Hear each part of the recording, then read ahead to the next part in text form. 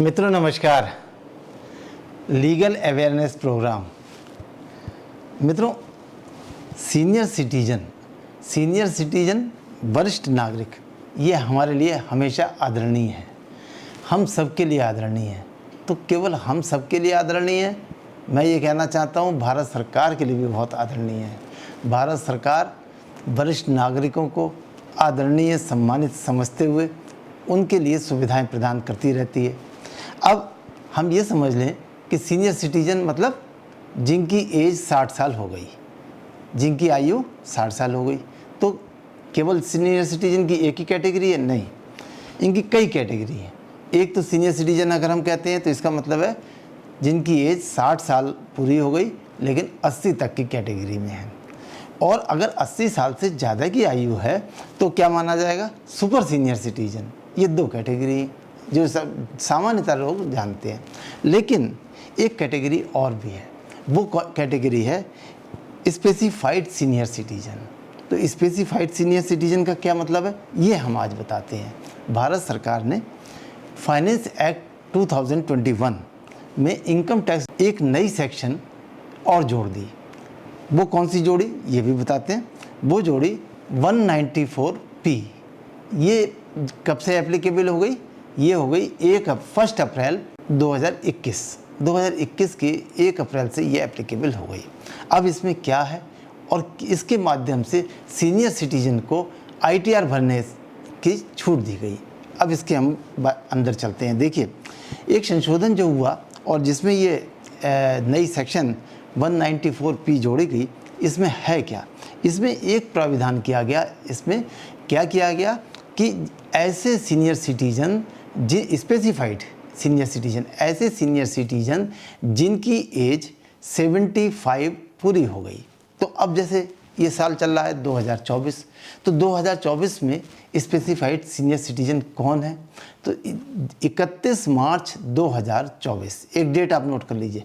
31 मार्च 2024 को जिनकी आयु 75 ईयर्स कंप्लीट हो गई, वो हो गए स्पेसिफाइड सीनियर सिटीजन।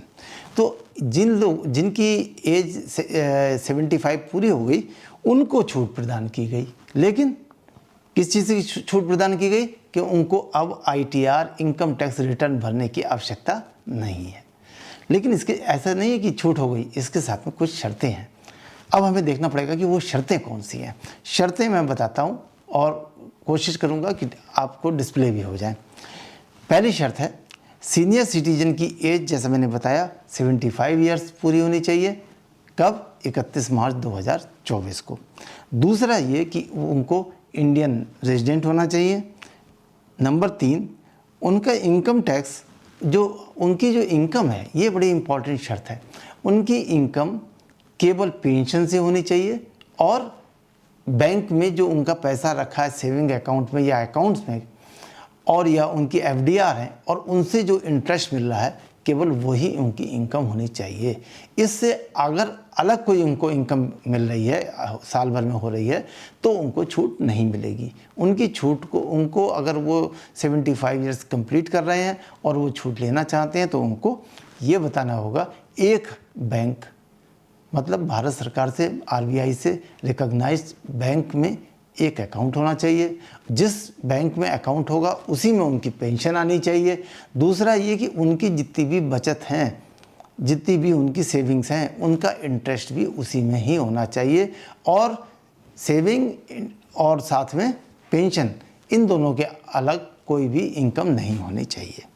इसके ये तो मेन शर्तें हो गई, कोई बहुत बड़ी बात नहीं है। लेकिन अब उनको क्या होगा कि ये शर्तें तो पूरी हो गई, उस ऐसे आदमी को, ऐसे स्पेसिफाइड सीनियर सिटीजन को बैंक में एक डिक्लेरेशन देना पड़ेगा। वो डिक्लेरेशन कौन सा होगा? डिक्लेरेशन के लिए भी बता दिया, इनकम टैक्स रूल्स में इसके लिए बता दिया है। फॉर्म 12BBA 12BBA नंबर का जो फॉर्म है, इसमें डिक्लेरेशन देना पड़ेगा। अब वो डिक्लेरेशन में बहुत सारी चीज़ें नहीं हैं, लेकिन जो भी एक प्रारूप है, एक फॉर्मेट है, वो ये है। इसमें क्या भर के देना पड़ेगा, अब हम देखिए ये भी बता दें। ये फॉर्म भी आपको डिस्प्ले हो रहा है, इस फॉर्म पे आप समझ लीजिए, बहुत छोटा सा फॉर्म। क्या क्या है इसमें? इसमें पैन नंबर लिखना पड़ेगा, पेंशन पेमेंट ऑर्डर नंबर लिखना पड़ेगा, total income of the senior citizen, total income including pension and interest, चाहे वो एफडीआर से हो या किसी से भी हो। इसके अलावा जो उसके डिडक्शंस हैं, जो उनको डिडक्शंस बनते हैं उनके सेक्शन 80C से लेकर 80U तक, वो सब इसमें डिक्लेयर होंगे। और इसके अलावा rivet available under section 87A। अब इसके ये जब भर देंगे उसके बाद एक डिक्लेरेशन उसमें नीचे लिखना पड़ेगा कि उनकी आयु जैसा भी है कि confirmation from the senior citizen of having only pension and interest, कि उनको पेंशन और इंटरेस्ट के अलावा कोई अदर इनकम नहीं है, ये भी इसमें लिखकर नीचे साइन करना पड़ेगा। यह डिक्लेरेशन हो गया।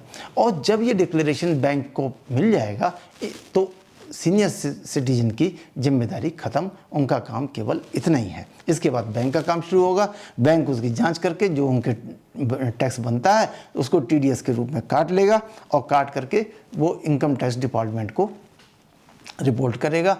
और उनका जो टीडीएस कटा हुआ है ये 26A में डिस्प्ले भी होगा, जैसे सबका होता है तो वैसे ही इनको दिखाई पड़ेगा। और इनका काम ख़त्म हो गया। और अब ऐसे स्पेसिफाइड सीनियर सिटीजन को इनकम टैक्स रिटर्न भरने की कोई आवश्यकता नहीं है। तो ये बहुत इम्पॉर्टेंट बात है। हमारे जो स्पेसिफाइड सीनियर सिटीजन हैं जिनकी एज 75 पूरी हो गई है, उनको अब रिटर्न भरने की कोई ज़रूरत नहीं रहेगी। इम्पॉर्टेंट सूचना थी, मैंने आपको वीडियो के द्वारा पहुंचा दी। आप भी अपने संग साथी और अपने परिवार समाज के सदस्यों को इससे अवगत करवाएं, जिससे कि वो लाभान्वित हो सके। नमस्कार।